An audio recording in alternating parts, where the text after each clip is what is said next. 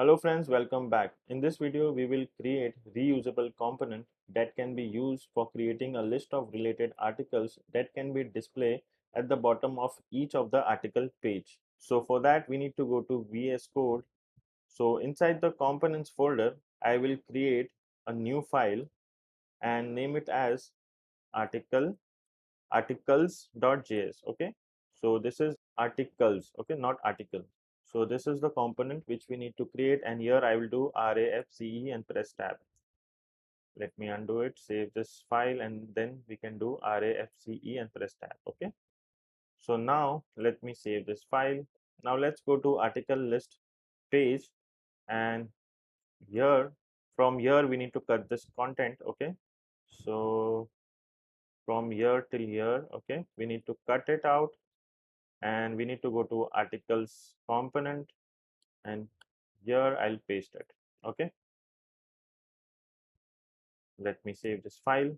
So now instead of importing article content array, we will get this as a prop. So I will write the name of the prop which we are getting, which we will get from article list page. So here I will name the prop as articles. Okay, so right now we need to create this prop, so don't get confused. Let me save this file. So this props, I'll get it from article list page. So let's move on to article list page, and here we need to import the articles component that we have created. Okay, so let me add a comment, components. So here I'll import articles from dot slash components slash articles. Okay, and here inside this div I'll take that component. Okay, I'll pass that component. So articles, let me close this first. Now here I'll take the prop. Okay, so the prop name is what?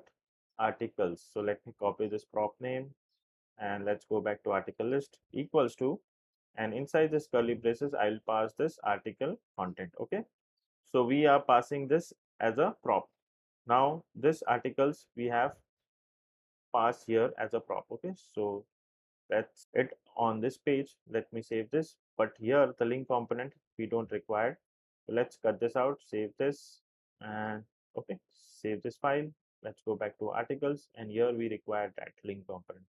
Instead of article content, we will take this prop. Okay, so let's copy and paste it here. Let's save this. So the reason for doing this is it allows us to use the same component to display different list of articles. For example, we can display a list of most popular articles or a list of related articles. So now the setup is done. So let's check this in the browser. So if I click on articles, as you can see, we are getting the article, but the styling is having a problem. So we'll fix that. Okay, one second, we can fix that. So here instead of div, I'll take a fragment. Okay, so let's remove the main div, and instead we can take a React fragment. Let's save this, go back. Now as you can see, we are getting all the styling back. So this we need to use as a fragment and not as a div. Okay, this is a React fragment, so that removes the div. Now everything is working fine. If I go here on the first article, it works, second article works, third article also works. So nothing has broken and everything is working fine. But the only difference is that now it is using the reusable component behind the scene. Now let's add the related article list at the bottom of each of the article. Okay, so the way we do is like, let's go to VS Code, and let's go to article page, and here also I'll take React fragment. Okay, so let's remove this div and we can take only React fragment. So that is better than div. Okay, so always remember that you should take a React fragment. Okay, now after this code, okay, after this code we will take a heading that will be in h1 tag. So h1, and here I'll write other articles, and let's do some styling. So class name, that is going to be sm text to excel. Okay, text will be excel, font will be bold, and then margin from top and bottom will be 4, text color will be gray 900. Save this file. Now let's check. Okay, here we are getting other articles heading. but we need that other articles. Okay, so for that, after this h1 tag, I'll take a div tag.